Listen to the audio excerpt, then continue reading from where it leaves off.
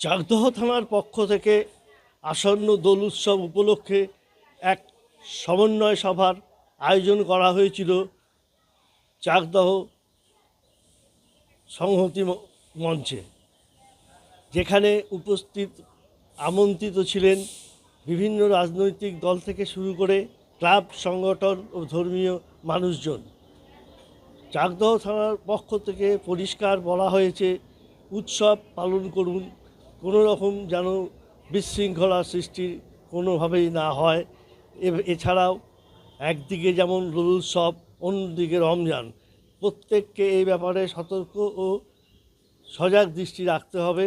পাশাপাশি এও বলা হয়েছে, যত্রতত্র মদ, গাঁজা এগুলি খাওয়া যাবে না, এবং যখন মোটর বাইক বা গাড়ি চালাবেন কেউ যেন মদ্যপ না থাকেন, তাহলে কিন্তু যথাযথ ব্যবস্থা চাকদহ থানার পক্ষ থেকে নেওয়া হবে।